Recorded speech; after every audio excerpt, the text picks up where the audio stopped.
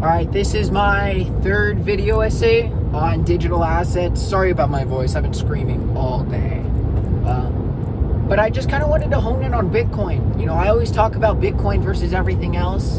And I feel like it's kind of created a polarization that it's Bitcoin and crypto. Which in my opinion it is, but as a market, they're all going to interchange with each other. Michael Saylor says it all the time. Digital security, digital asset, digital utility, and a digital currency. And I believe the only one that's 100% slotted in is Bitcoin as a digital asset. You know, there's a lot of competition. There's a lot of people out there that want to be the digital security. There's a lot of people out there that want to be the digital utility, because whatever body governs that is a multi-billion dollar, maybe one day multi-trillion dollar company. And that's a lot of power. That's a lot of wealth. And that's creating a lot of competition. The only one that doesn't have competition in my eyes is Bitcoin as a digital asset. Why do I say that? Well, Bitcoin's the only coin that's truly decentralized. Satoshi Nakamoto himself has withdrew himself from the centralized, as a centralized body, and gifted Bitcoin to humanity, leaving his fortune to the people, which is awesome, because he owns 1 million coins, and in my opinion, he's never going to sell. If he does sell, that's okay. Whatever price the Bitcoin falls to after he sells will be the liquidation price. That will be the lowest, the bottom of the bottom. And that's only if he sells. From what we've seen so far, if you were to make a bet in the casino, I would bet that he doesn't sell, just based off of the momentum behind Bitcoin. We have to remember, the person that owns Satoshi Nakamoto's wallet, whoever he is, wherever it is possibly one day going to be the richest, most powerful person in the world, which is something insane to say. I believe right now Satoshi holds the 17th place. I could be wrong. I want to say, don't get me wrong, but I want to say he holds about $1 trillion worth of Bitcoin, which is crazy. And to give up that power would be crazy for something like cash. But second of all, you know, Bitcoin not only has no centralized body, but it's governed by a system of hundreds of thousands of computers. Those hundreds of thousands of computers governing that system is energy. You can't create that. You can't find that. You can't get people to govern anything for free. But they will with Bitcoin. And that's why I like to look at it as digital energy. Because there's hundreds, like I said, hundreds of thousands of people working hard to keep that system alive, which you just do not see. It is hard to find something like that. We find it with Amazon, with Apple Computer, with In-N-Out Burger, but we only see that because the people who are working for those companies are receiving monetary value in return. With Bitcoin, that doesn't exist. With Bitcoin, it's a free, decentralized system that people govern because they believe in it.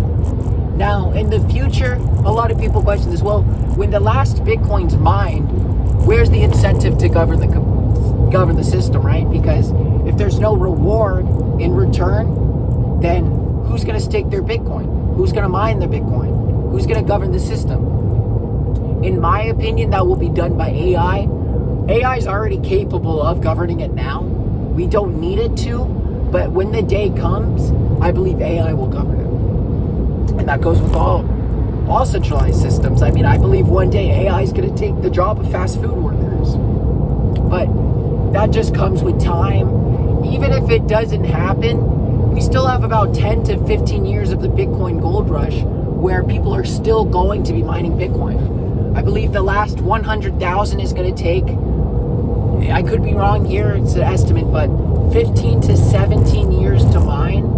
In that time period, Bitcoin's going to go to 1 million. It's going to go to 1 million, or it's going to go to 500,000. And that's still, what, a 5x gain from here, a 10x gain from here. So it's still not something to shy away from on the long term. When things happen and things change and the system does shut down, just be aware. Those are times when you as an investor have to say, okay, I'm no longer investing in this asset. I'm going to pull out. I'm going to liquidate some funds. I'll still keep some as a risk. That's why you always have to just be updated with the news. I wouldn't worry about that right now. I would worry about it with other coins. Algorand could shut down their systems tomorrow. Like, I forgot the crypto coin. Terra Luna, like Terra Luna did. Every crypto coin has that same risk factor involved. But by this point in the market, it's like the people who've stayed are gamers, right? The people who have left, those were the ones you wanted to weed out in the beginning. So, yes, understand the risks and be aware. But again, don't be smart enough to be fearful. And out of all the crypto coins on the market, there's one for sure, in my opinion, and that's Bitcoin. And that's because it is truly decentralized, thanks to Satoshi Nakamoto leaving his fortune to the air. And two, it's governed by a system of hundreds of thousands of individuals incentivized by nothing other than Bitcoin to keep the system alive. Which tells me that it's bigger than a cryptocurrency. It's a brand. People invest in cryptocurrency because Bitcoin hits a new all-time high. Bitcoin is a brand, and it's the lowest risk coin on the market that's going to receive at least a 10x gain in our lifetime. And I'm excited for the future of it. We'll see what happens, and I'll definitely keep you guys updated. But as of now, it's only been good news. For the past 25 days since I've been, doing these videos, there hasn't been much news revolving Bitcoin. A lot about XRP and the SEC and stuff like that, which I see a lot of good out of it. But not much about Bitcoin. Michael Saylor did come out and say that when he does die, he's going to leave his Bitcoin in a locked vault. No one will be able to touch it.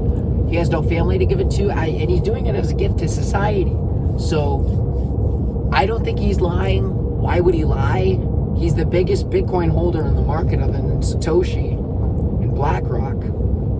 So I just think there's a lot of potential here. And it'll be fun to see the way it goes. But I would, if you were to invest and you want to dip a toe, I would start with Bitcoin. It's the only coin that you're for sure going to make money in. It's actually the only crypto coin this bull run from 2017 or 2014. I forgot which parameter it was, but I believe it was 2017 that's reached a new all-time high. Even XRP hasn't reached its all-time high yet, so it's like, I'm just excited. I'm so excited, and we'll have to see what happens. But true decentralization, digital energy, and it's probably 99% chance that it's locked itself in as the digital asset. Could it be something else? Yes. I wouldn't take that bet, though. But yeah, we'll see how it goes.